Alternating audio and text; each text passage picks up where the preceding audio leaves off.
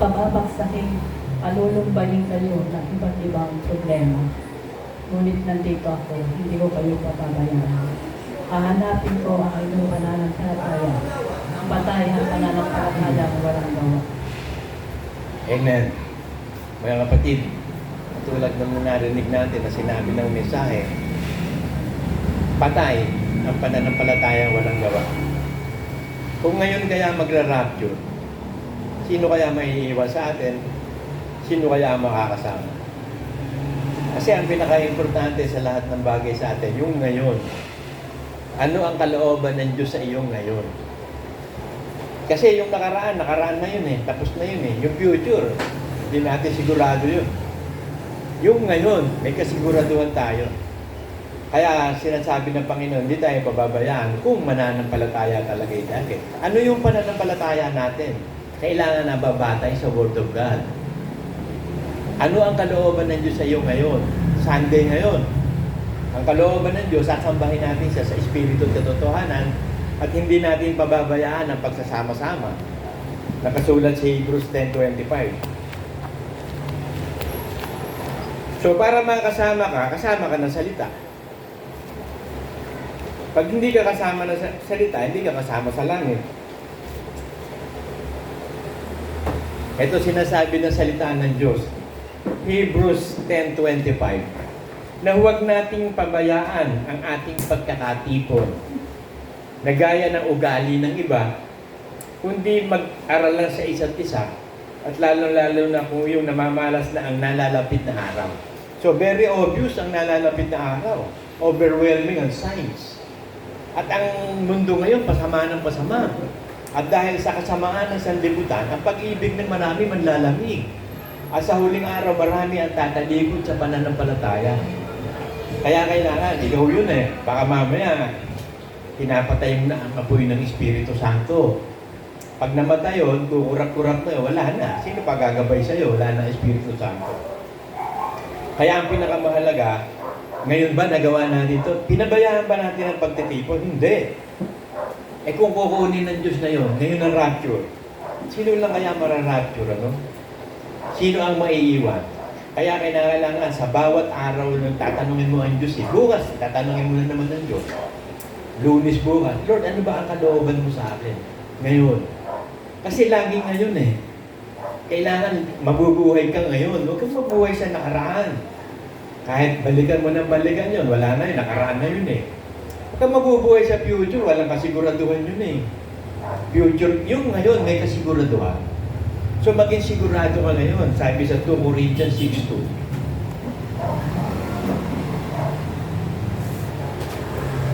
Sapagkat sinasabi niya, sa panahong ukol kita'y pinakinggan, sa araw ng pagliligtas kita'y sinakluluhan, narito ngayon ang panahong ukol, narito ngayon ang araw ng kaligtasan.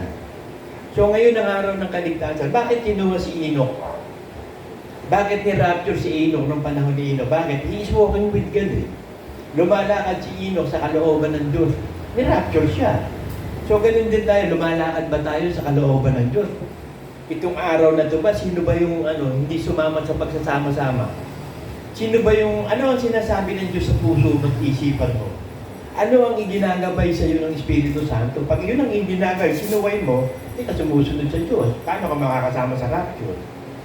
Kasi madali mo malaman kapag ang Diyos ang nagsasabi sa iyo, humonsensya ka kapag hindi mo gagawin. May nag-uudyok sa iyo talagang gawin.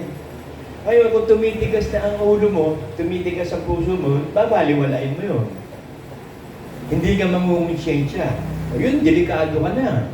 Hindi na kumikilos ang Diyos sa iyo, magsuri ka na. Baka mamaya, tinakwil ka na, hindi mo pa alam. Kailangan ng pagsusuri. Sabi sa 2 Corinthians 13:5.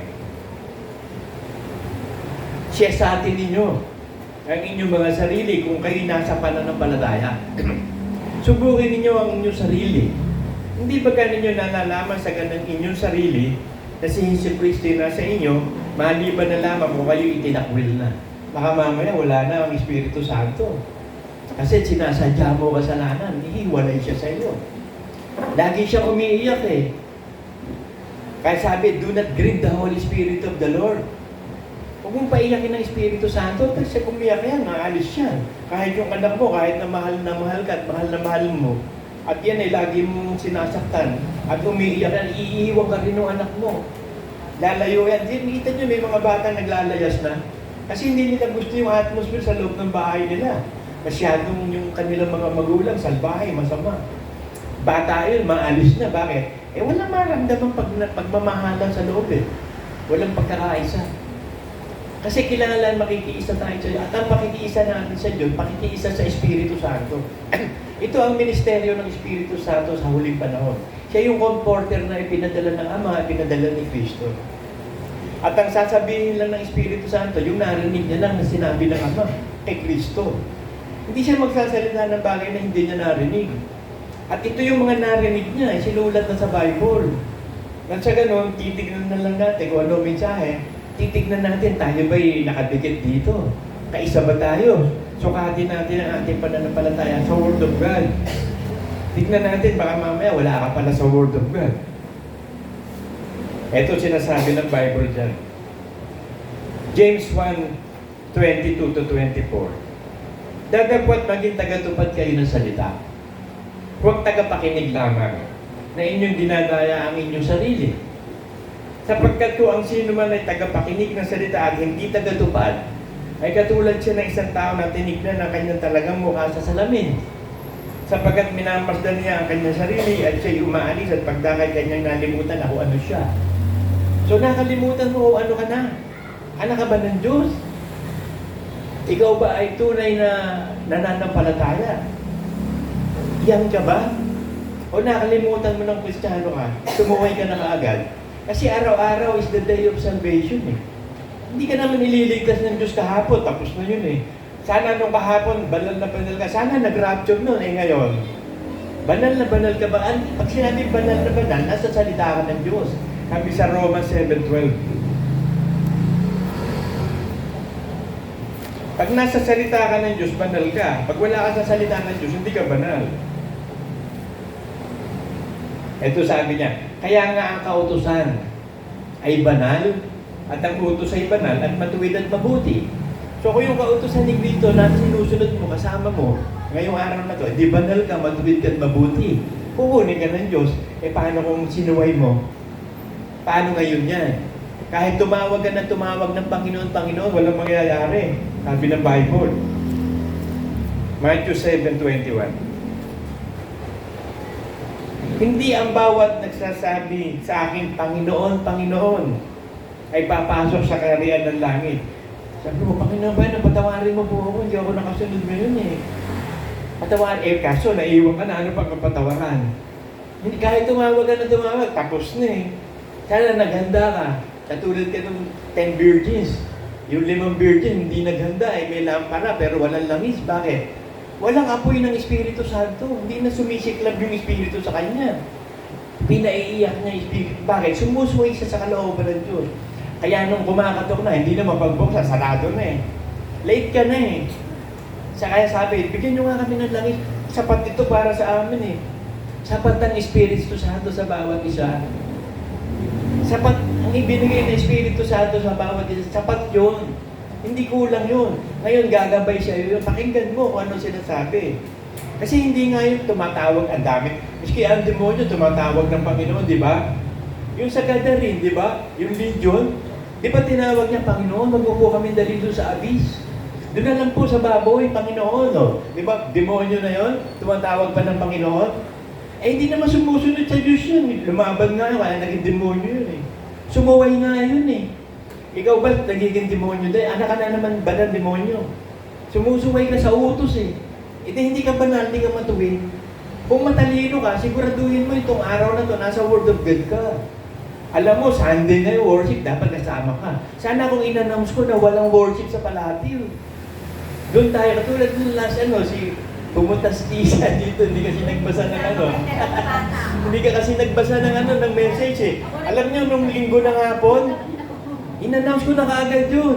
Kasi sinabi na sa akin ni Daniel eh.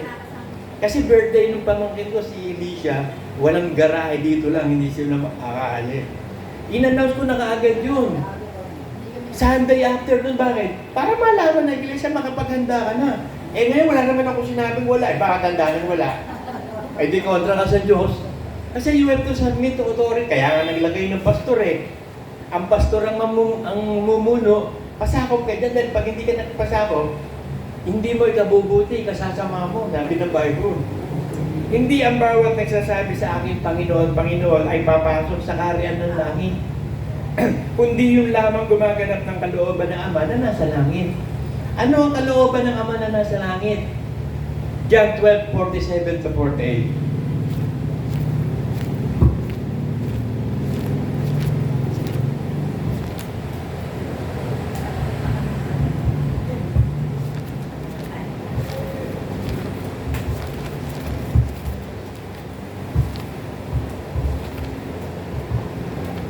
Alam mo, kung matalino ang tao, alam mo na eh, kung paano kaligtasan eh.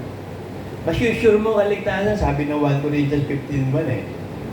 Kung tayo mananatili sa kasandalan, ay ligtas tayo, maliban na lang kung sumampalataya ka na walang kabuluhan, sabi ng Bible. Yung pananampalataya, sabi ng prophet kanina, yung pananampalataya mo na walang gawa, hindi ka tagatupad, niloloko mo sarili mo. Nilililang mo lang sarili mo, hindi ka naman sumusunod, paano ka papasok sa langit? Eh, ito yung kalooban ng Diyos, yung kalooban ng Ama. At ito ang kalooban ng Ama na gaganapin natin. Ang nagtatakwil sa akin at hindi tumatanggap ng aking pananalita ay mayroong isang hahatol sa kanya. Ang salitang aking salita siyang hahatol sa kanya sa huling araw. So hahatulan ka ng salita ng Diyos. Ang kautusan nga, banal, mabuti. Ba't wala ka sa kautusan ni Cristo? Hindi ka banal, hindi ka matuwid. Papasok ba ang hindi banal sa langit? Papasok ba ang balugtol? Hindi, kaya nga ginawa tayong matuwid eh. Kasi wala tayong kakayanan magpakatuwid. Wala sa tao ituwid ang kanyang landas, ang Diyos lang. Kaya tayo naging matuwid dahil ang Diyos ang gumawa. Gumawa ng bagong puso, bagong pag-iisip, bagong pagkatao sa atin. Kung hindi siya gumawa ng bagong pagkatao sa atin, wala tayong life resurrected life, wala tayong magagawa. Apart from me, you cannot do anything. Pag wala ang Diyos sa'yo, wala Espiritu sa atin, wala kang magagawa. Kahit magpakabait ka pa. Hindi tatanggapin ng Diyos yung kabaitan mo. Ang tatanggapin ng Diyos yung kabaitan niya. At ang kabaitan niya, salita ng Diyos. Yung kautusan na yun lang ang mabuti, matuwid. Di ba sabi yun nung naglalakad sila? Tapos sabi nung mayaman, mabuting guro. Ano mo ba ang dapat gawin para makapasok ako sa kaharian ng Diyos? Bakit mo ko tinatawag na mabuti? Isa lang ang mabuti. Ang Diyos lang ang mabuti. At para patunayan ng Diyos na siya'y mabuti, pinababa niya ang salita ng Diyos, naging laman eh. Nagbigay ng example kung paano magsunod sa Ama. Lahat ng inutos ng Ama, sinunod ni Kristo hanggang kamatayan, hanggang sa krus ng Kalbaryo. Ganun din tayo. Kung mamamatay tayo, sumusunod tayo, namamatay tayo. Kung hindi naman tayo mamamatay, sumusunod tayo na hindi tayo mamamatay. Ang importante, sumusunod ka all the time. God is good all the time nga, di ba? O di you have to obey all the time din para good siya sa iyo. Ito sabi, at hindi ko siya hinahatulan sapagkat hindi ako naparito upang humatol sa sanlibutan, hindi upang iligtas ng sanlibutan. So nagawa na ni Kristo yung pagliligtas eh. Bumaba siya, hindi niya hinatulan ng sanlibutan. Namatay siya sa krus para kunin ang lahat ng kasalanan at ang sino mang sumampalataya sa Kanya ay maghihintay sa muli niyang pagbabalik. At sa pagbabalik niya, ang kukunin niya lang yung sumasampalataya, naghihintay. Yung nananatili sa yung tunay na alagad ng Panginoong Yesus. Hindi ka alagad eh, sumusuway ka eh. Bakit ba nawala si Satanas? Bakit ba naging fallen angel si Lucifer? Hindi sumunod eh. Hindi nanatili. Isa lang yun ha. Isang error lang yun, hindi na kailangan ng maraming error. Isa lang. Isang kasalanan lang, makasalanan ka na. Sabi nga doon sa Bible eh, isang kautusan lang hindi mo nasunod, hindi mo na nasunod lahat eh. Kahit nga yung tuldo o kudlit eh, pag nawala eh, kasalanan eh. Heaven and earth shall pass away, but behold, my word shall not pass away. Malapit na matapos ang sanlibutan. Konting panahon na lang, kitang-kita na lahat ng mga signs. Ipinakita na at ang huling-huling na mangyayari, lalamig ang pag-ibig ng marami. At magkakaroon ng falling away. Sabi ng 1 Timothy 4:1.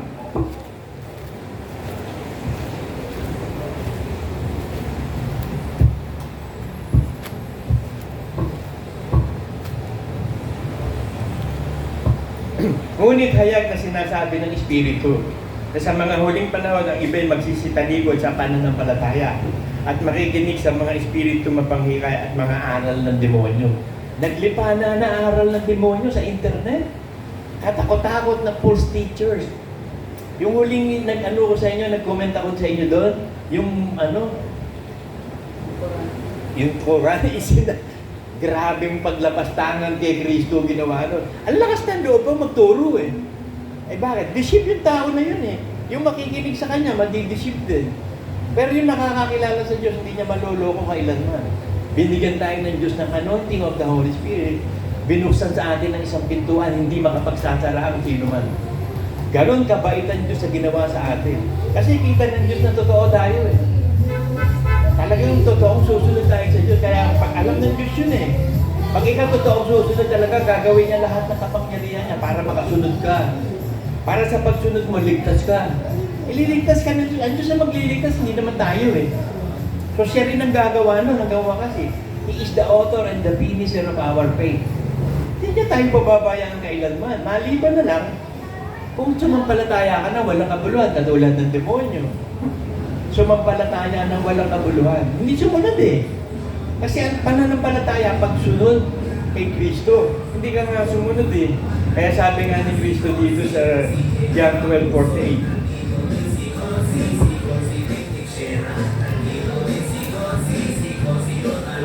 sapagkat ako hindi nagsasalita na mula sa aking sarili, kundi ang Ama na sa akin ang nagsugo, ay siya nagbigay sa akin ng utos. Kung ano ang dapat ko sabihin at kung ano ang dapat ko salitain. At nalalaman ko na ang kanyang utos ay buhay na walang hanggan. Ang mga bagay nga na sinasalita ko gayon, sinasabi sa akin ng Ama, gayon ko sinasalita. Ang salita ng Ama na si Kristo Jesus ang buhay na walang hanggan. O nasa iyo ba ang salita ng Diyos? Katulad ni Enoch, ni Noah. Yung mga sinaunang naligtas, ang salita ng Diyos nasa kanila. Kaya nga iniligtas si Noah, tsaka yung pamilya nila, ang salita ng Diyos na kay Noah, sinunod niya ang utos ng Diyos. Ganon din kay Abraham, kay Jacob, kay Isaac. Hanggang sa dumating ang Israel, ang ginawa naman ng Diyos, para mapasunod ang bayang Israel, gumawa ng kautosan kay Moses. Nasa ilalim ngayon sila ng kautosan ni Moses. Pag sumuway sila doon, hindi sila pupunta sa langit. O pagkatapos doon, lumipat siya sa Hentil dahil sa katigasan ng Israel, lumipat siya sa Hentil at binubuo na ang kompletong bilang ng Hentil ngayon. Buti makasama ka pa. Yung mga wala dito ngayon, mag-isip-isip ka. Minsan lang ang buhay. Hindi na ito ulitin. Mahirap ba? Biruin ko, 1 to 1:30 minutes a week lang ang iaalay mo sa Diyos. Tapos konting hindi ka naman naglalakad. Nung araw nagwo-worship sila, naglalakad papuntang Jerusalem eh. Sasakay ka pa nga ng jeep, kung may kotse ka, isang sakay lang eh. Oh, hindi mo pa kaya? Tapos pinipilit mo sarili mo, doon ka sa zoom up. Eh, yun ba kalooban na Diyos sa zoom up? Ang suman nito, baka ma-zoom up ka. Delikado. Sana kung sinabi ng authority, zoom up tayo, worship ha? O yun ang utos ng Diyos. Authority yun eh. Hindi naman eh. Sinabi ko na nga, resume na nga eh. Starting October 22, hanggang sa pagdating na ng Panginoon, resume na yung worship sa Palacio. Pero nandun pa rin yung iba eh. Nasa comfortable place sila, nasa comfort zone. Gusto nila madali. Hindi naman madali kaligtasan eh. Magsasacrifice ka nga eh. Si Kristo nga nagsakripisyo para sa kaligtasan natin. Ba't ikaw, ayaw mo magsakripisyo sa kaligtasan mo? Kung iibigin mo ang buhay mo dito sa lupa, mawawalan ka ng buhay na walang hanggan. Pag hindi mo iibigin ang buhay mo dito sa lupa, magkakaroon ka ng buhay na... Ano yung buhay sa lupa? Yung dati mo pagkatao. Kaya ang ginawa ng Diyos, yung sinold na yun eh, pinako sa krus para hindi na makakilos. Yung lumang pagkatao, kikilos lang yun. Pag pinakilos mo, patayin mo nga yung radyo. Nagigipaglaban sa atin. Tumambay pa eh. Nang buwisit. Hindi ka mananalo, taling tuloy kami. Basahin ko yung At nalalaman ko na ang kanyang utos ay buhay na walang hanggan. So nalalaman din ba natin na ang utos ng Panginoong Hesus ang buhay na walang hanggan? Siya yung buhay na walang hanggan, siya yung salita eh. Kaya nga bumaba yung salita. Ang salita ay Diyos eh. Nagkatawang tao eh. Nabuhay eh. Naging laman eh. So ngayon, yung salita ng Diyos na si Kristo sa'yo maging laman, ibig sabihin, yung buhay mo ngayon na nasa laman, maging katulad ni Kristo. Kasi sa pasimula, yun ang plano. Yun na talaga ang plano pa. Umpisa pa lang. Ephesians 1:4.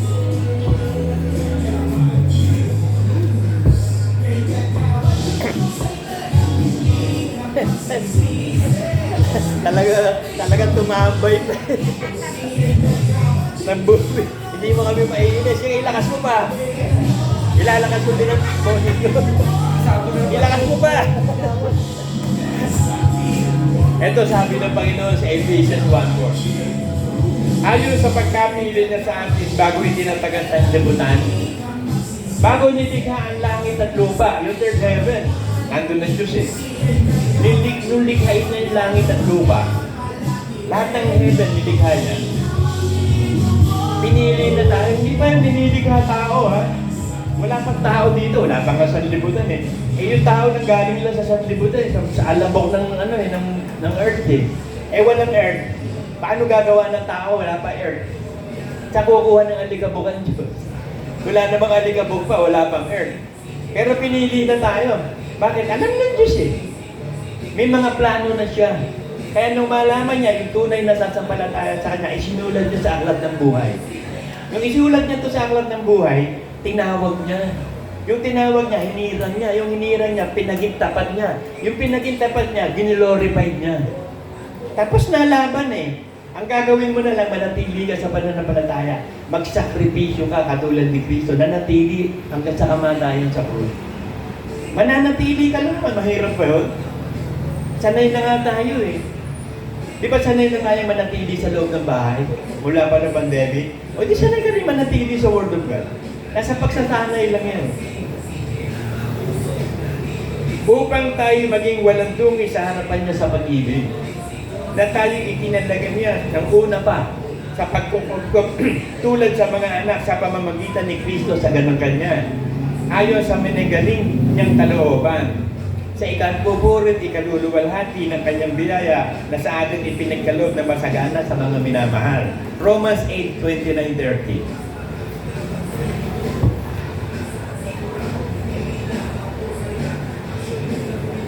Sapagkat yung mga nung una pa kanyang nakilala. So kita mo kapangyarihan, nung una pa nakilala na. Kilala na tayo ng Diyos, una pa lang ha. Wala pa yung earth, wala pang alikabok. Kilala na tayo. Ay itinalaga naman yan na maging katulad ng larawan ng kanyang anak. So maging katulad ng larawan ng kanyang anak. Ano ba larawan ng anak? Ang larawan niya, napakamasunurin siya. Yun ang image niya. Yun ang makikita mo sa Panginoong Jesus, napakababa sa lahat ng bagay. Sinunod niya lahat ng utos ng Ama. Lahat ng, di ba sabi pa nga niya, Ama, baka pwede namang itong sarong to lumipas, baka pwede naman, pero hindi yung kalooban ko eh. Yung kalooban mo, ganon din tayo minsan bilang tao eh. Tinatamad na eh, napapagod na, nagsasawa na, pero sasabihin mo, hindi. Ang kalooban ng Diyos ang mag-aari, hindi kalooban ko. Lord, tulungan mo ako. Tatapusin ko itong labanan na ito. Kahit ano mangyari, I will finish the race. Nasa determinasyon yan eh. Bakit nananalo sa marathon yung mga tumatakbo doon? Bakit? Determined silang matapos kahit mabagal. Ang gusto nila finisher. Dapat ganun ka rin eh. Kahit mabagal, di ba sabi, may nauuna, nauhuli. Yung nauhuli, nauuna. So hindi importante yung nauuna. Ang importante yung pagtatapos. Sabi nga, hindi mahalaga yung pasimula eh. Ang importante yung pagtatapos, graduation. Eh, ang lapit na ng graduation, ngayon ka pa ba magpapakahangal? Ito na nga, graduation. Natutuyot na nga yung Euphrates, pati Tigris eh. At buong paligid na yun eh. Tapos nagkakagulungan na nga sa Israel na yun eh. Hindi ka pa rin natitigatik. Hindi ka pa natatakot sa Diyos ang mga salita niya. Totoo to, alam mo ang Diyos natin, hindi nagsisinungaling. Bakit ang iba sa inyo hindi sumasagana sa buhay? Hindi kayo naniniwala sa Diyos? Hindi ka sumasampalataya sa salita. Ang sabi ng Diyos eh, nanakawan ba ako ng bayang ito? Nanakawan ako sa mga igap at magando. Subukan nyo nga ako sa bagay na ito, hindi busa ko kayo ng pagpapala. Bakit sinasabi ng Diyos yun? Maniwala ka, magsasalita ba Diyos ng kasinungalingan? Pag pa sinabi niya yun, hindi ba totoo yun? Bakit kayo sumasagana? Ba't di kayo nagkukulan? Dahil tapat kayo sa Diyos eh.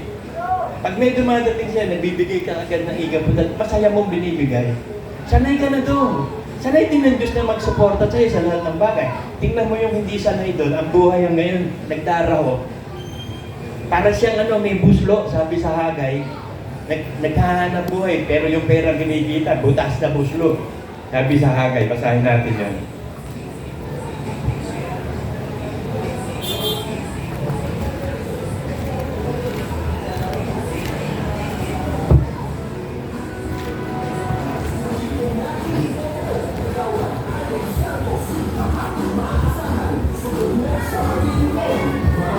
Alam mo, kung nagiging matalino ka lang talaga, magkaroon ka ng isip ng Diyos. Ano ba isip ng Diyos? Hindi salita ng Diyos. Magkaroon ka ng salita ng Diyos sa buhay mo. Palitan mo na yung isip mo. Isip ko nga yan eh. Isip na ni Kristo. Ito sabi ng isip ni Kristo. Hagay 1:6. Kayo naghahasik ng marami at nagsisiani ng kaunti. Kayo nagsisikain, ngunit hindi kayo nagkakaroon ng kahustuhan. Kayo nagsisiinom, ngunit hindi kayo nagpapatirang uhaw. Kayo'y nananamit, ngunit walang maipanainit at yung kumikita ng mga pinag-arawan ay kumikita ng mga pinag-arawan upang ilagay sa supot na may butas. Butas? Bakit? Nakasumpa ka eh. Nakasumpa ka, kahit anong gawin mo sipag, kahit gaano pera dumarat yan, butas nga eh. Bakit sira ang bahay ng Diyos? Sino ba bahay ng Diyos? Tayo yung temple of God eh. Ayusin mo yung bahay ng Diyos, magsisi ka. Ayusin mo. Kasi yun ang ginawa ng Israel nung araw eh.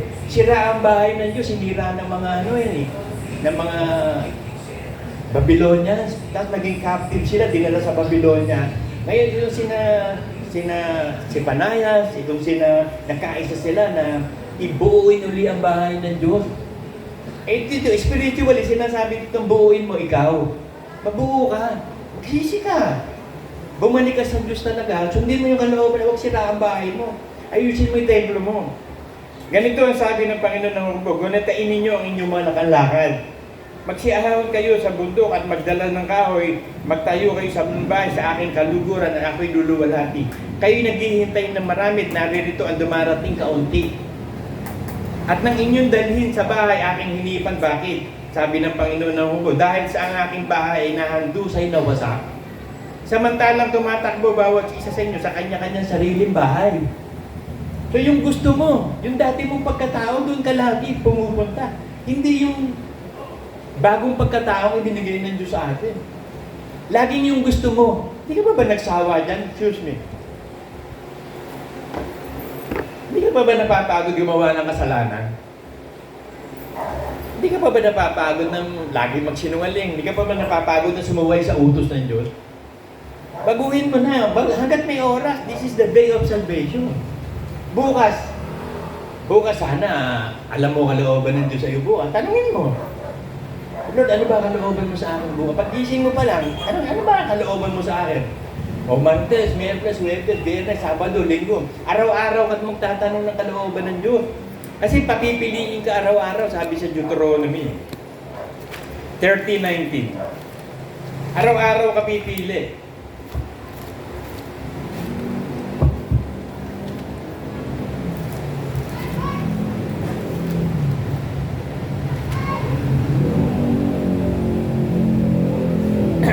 Aking tinatawag ang langit at ang lupa na pinakasaksi laban sa iyo sa araw na ito.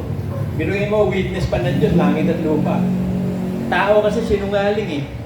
Baka magsinungaling pa yung tao eh. Pero yung magsisinungaling ba yung langit at lupa? Yun ang saksi. Yun ang witness sa iyo sa araw na ito. Na aking ilagay sa harap mo ang buhay at kamatayan. Ano yung buhay? Si Kristo. Si Kristo ang buhay. Sino kamatayan? Hindi si Satanas. Siya ang author of death eh. Ang author of life is Jesus Christ. Ang pagpapala at ang sumpa. Ikaw ay mabuhay, ikaw at ang iyong binhi. Ano gusto mo? Pagpapala, sumpa. Gawin mo yung inuutos ng Diyos, pagpapalain ka. Subukan mo ako, sabi ng Diyos. Pagka hindi buusan kita ng pagpapala, hindi mo kakayanin eh. Sasabihin ba ng Diyos yun ang hindi? Nangyari sa inyo yun, nangyari sa akin yun. Nangyayari, sabi ko nga sa inyo, ang problema nyo kung paano nyo uubusin yung pagkain sa loob ng bahay. Mantalang lumabas ka, pumunta ka, ang dami natutulog sa bangketa para mabuhay yung mga ngulengta ng basura. Nakikita mo pa, nagkitiya ka, pinupukpok yung kuryente, makuha lang yung copper dun sa ano't maibenta. Pagod na pagod sila, kalaykay ng basura para magkapera. Yun para sa kumain, samantalang tayo, nagkakatira-tira pagkain sa loob ng bahay. Pag binuksan niyo yung rep nyo, punong-puno ng pagkain. Nabubulok yung iba. Tapos, pinakikita sa atin ng Diyos na napakasagana ng buhay natin. Yung iba, kita mo, kahit ano gawin, butas na buslo, sabi sa Hagay. Bakit? Sira ang bahay. Wala sila sa Diyos eh. Sira ang bahay nila. Tayo namang nabuo na bahay, naging Kristyano na, bumabalik na naman sa dating bahay. Abala ka doon sa dati mong pagkatao. Eh paano kung dumating ang Panginoon? Tapos na ang maliligayang araw mo. Hindi ka sumunod eh. Ngayon lang ang araw ng kaligtasan, ngayon lang ang faith. Sabi sa Hebrews 11.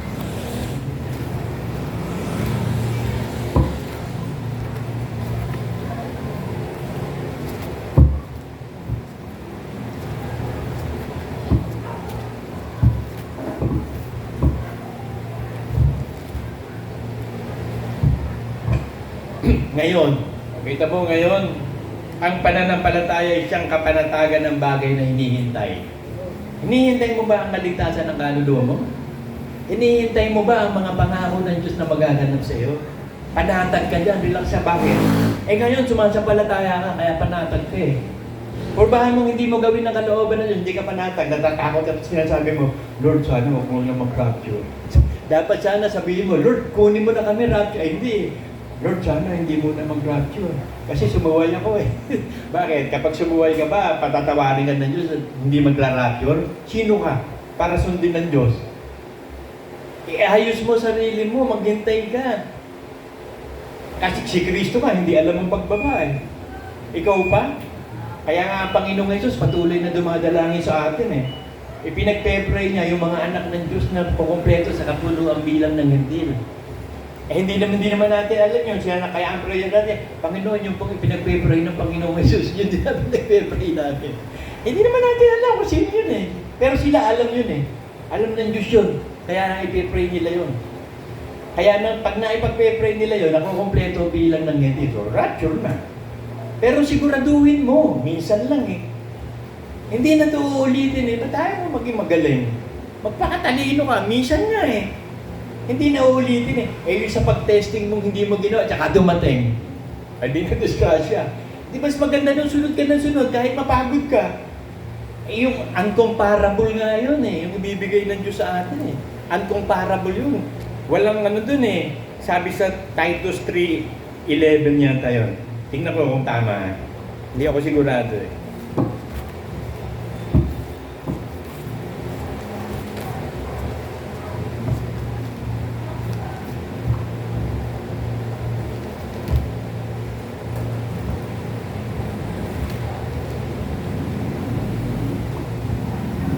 Ay wala, hindi pala mali. Ang sinasabi ng Diyos, yung ibibigay sa atin ng Diyos, uncomparable yun. Hindi mo pwede i-compare kahit saan. Napakatindi nun. Hindi pumasok sa puso ng tao, hindi narinig ng tao, hindi pumasok sa isip ng tao, yung inihanda ng Diyos sa atin. Alam niyo, ang dami kong tanong eh, pero hindi ko na itatanong dahil sa langit, alam ko na eh. Yung lang 24 elders, sino yun? Yung 4 living creatures, sino yun? Yung seraphim, sino yun? Yung Leviathan, ano yun? Yung Behemoth, ano yun? Yung sinabi ng 7 bulog, ano yun? Ang daming tanong eh. Pero ang importante, alam na natin ang paraan ng pagliligtas. Kasi pag naligtas ka naman, alam mo na yun eh. So hindi naman importante alamin mo yun.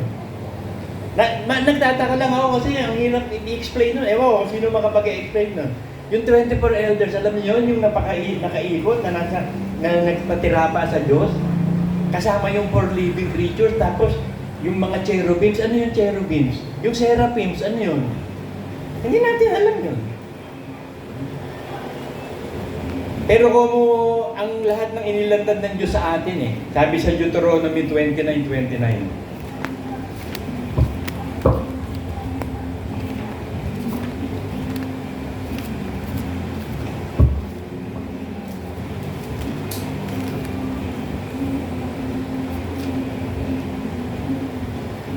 ang bagay na lihim na uukol sa Panginoon natin Diyos. So yung hindi in-explain sa Bible na inspired by God, kasi mayroong mga Bible hindi inspired by God, ini-explain nila yun eh. Hindi naman inspired, ayaw ipabasa ng Diyos, maliligaw ka doon. Ang pinababasa lang sa atin yung King James Version, yung inspired by God. Yung hindi in-explain sa King James Version, sa Diyos yun. Hindi mo na alamin yun. Ang mga bagay na di nauukol sa Panginoon natin Diyos. Ngunit ang bagay na hayag ay nauukol sa atin sa ating mga anak magpakialanman upang ating magawa ang lahat ng salita ng kautosang ito. Para magawa natin yung kautusan ng salitang ito, kasama na nating ituro sa mga anak natin. Yung mga inilihim, hayaan mo nakalihim. Malalaman din naman eh. Sabi sa 1 Timothy 2:4,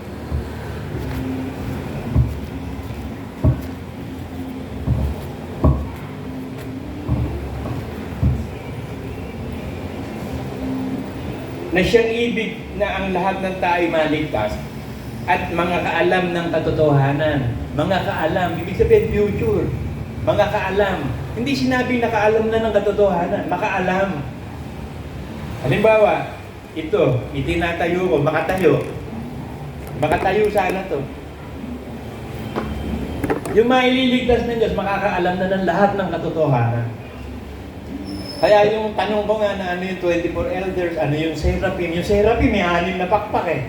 May pakpak ba talaga ang anghel? Yung cherubims. Ano ba yung cherubims na yun? Meron pang gulong yun na ang daming mata. Gumagalaw-galaw pa kung saan nagpunta ang Diyos, nakatutok yun. At yung ano, for living creatures, ano yun? Yung liyo ng mukha, tao yung mukha, agila, 4 ang mukha. Ano yun? Hindi natin alam yun, pero hindi na dapat malaman. Ang purpose lang ng Diyos sa atin, maligtas ang kaluluwa. 1 Peter 1:9.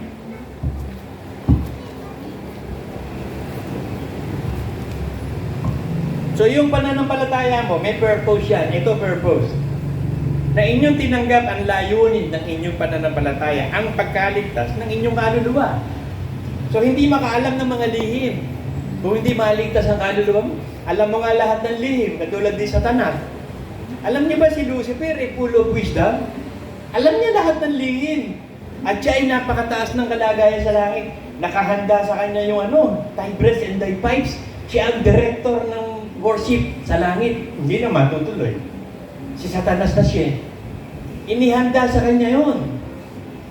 Dahil siya ay napakaganda. At dahil sa kanyang kagandahan at kayamanan, nahulog siya. Like a fallen star from heaven. Nahulog siya. Dahil sa kanyang kagandahan at kanyang kaningningan at kanyang karunungan, nahulog siya. Lumaki ulo niya nag-ambisyon eh. Sabi sa Ezekiel 28:14-17.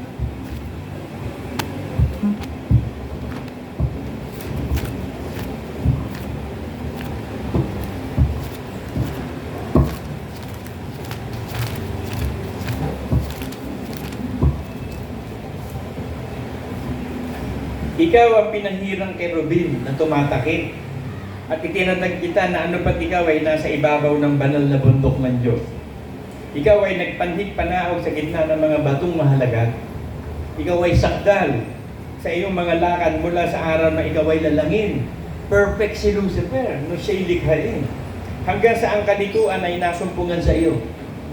Dahil sa karamihan ng iyong kalakal, ay kanilang pinuno ang gitna mo ng pagkadahas at ikaw ay nagkasala. Kaya inihagis kitang parang dumi mula sa bundok ng Diyos at ipinanghamak kita o tumatakip na kerubin mula sa gitna ng mga batong mahalaga. Ang iyong puso ay nagmataas dahil sa iyong kagandahan. Iyong ipinahamak ang iyong karunungan dahil sa iyong kaningningan. Aking inihagis ka sa lupa, aking inilagay ka sa harap ng mga hari upang kanilang masdan ka. So, ibinaksak siya sa tribulation period, ibabaksak na siya sa lupa, sa mga hari eh. Sabi nung iba, ibinaksak na daw sa hardin, hindi pa.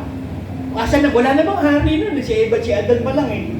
Paano dito, sa mga hari ang sabi. Paano ibinaksak si kay Eva at kay Adan yun? Kaya nagkunwari siyang ahas eh. Para mapasok si Eva at si Adan eh. Ito na ulitin ko ha. Ang iyong puso ay nagmataas dahil sa iyong kagandahan, iyong ipinahamak ang iyong karunungan. Dahil sa iyong kaningningan, aking inihagis ka sa lupa, o inihagis sa lupa, aking inilagay ka sa harap ng mga hari. Si Eva, si Adan, wala pang anak nun. Asan ang hari doon? Sabi mga hari, upang kanilang masdan ka, sa pamamagitan ng karamihan ng iyong kasamaan, sa kaliguan ng iyong mga kalakal, iyong nilapastangan ng iyong mga sanktuaryo. Kaya't ako'y naglabas ng apoy sa mga gitna mo, sinupo ka at pinabaging abo ka sa ibabaw ng lupa sa paningin ng lahat ng nanonood sa iyo. Isaiah 14:12-14. Ito din nasabi tungkol sa kanya.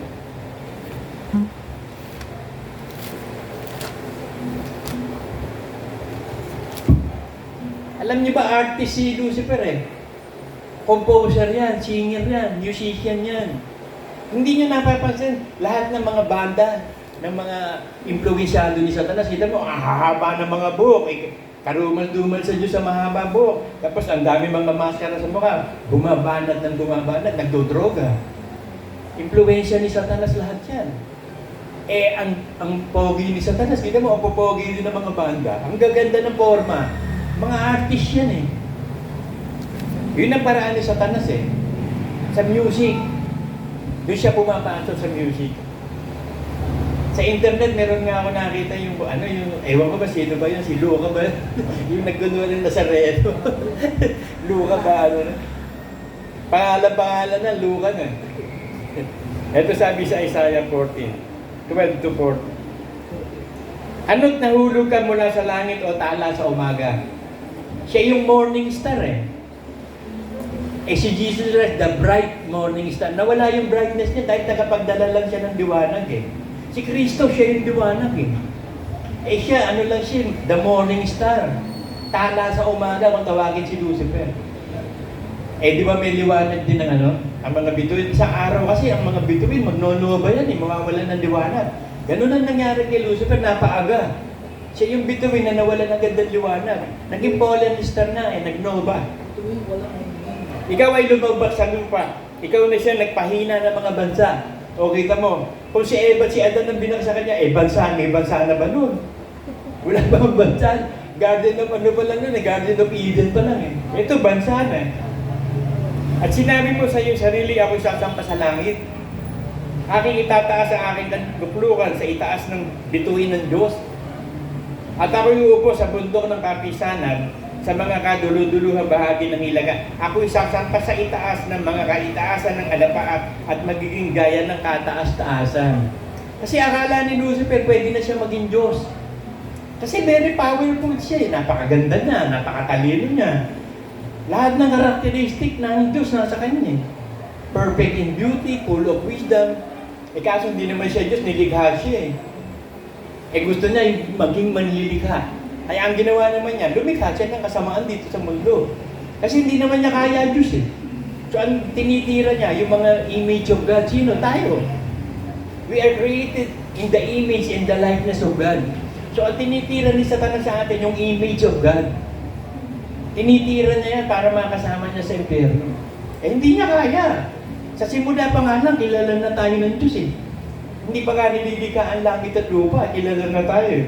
Nasulat na ang pangalan natin sa aklat ng buhay, ay ang gagawin lang natin, manatili, para sure. Basahin ko yung pananatili ha.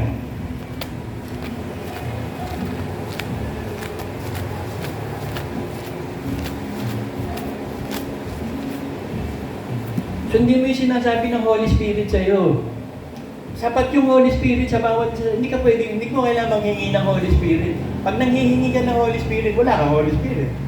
Nanghihingi ka tulad ng yung 5 virgins, pwede ba bigyan mo kami ng langis na ubusan kami? Hindi, sapat sa amin to eh. Pag binigay ko sa iyo Holy Spirit, di wala ako Holy Spirit. Ano ko mapasok sa langit? Hindi, sapat sa amin to. Hindi nung nagmamadali, bibili daw eh. Aba, ewan ko, nakabili ba? Nung kumakatok na, sarado namin ito. Late na. Wala nang pag-asa. Sumusuway ka eh. Ayaw mong mabuhay sa Espiritu Santo eh. Mabuhay ka sa Espiritu Santo, ito sabi. Ngayon, ipinakatarastos sa inyo mga kapatid, ang Ebanghelyo na sa inyo yung aking itinangat, na inyo namang tinatanggap, na inyo namang pinananatilihan. Present progressive, pinanatili. Ibig sabihin, everyday ka nananatili. Hindi lang kahapon. Hindi sa future na darating, everyday. Now. You always obey now. Sa pamamagitan naman ito, ligtas kayo. Kaya ngayon, kung sinusunod mo will of God, liligtas ka.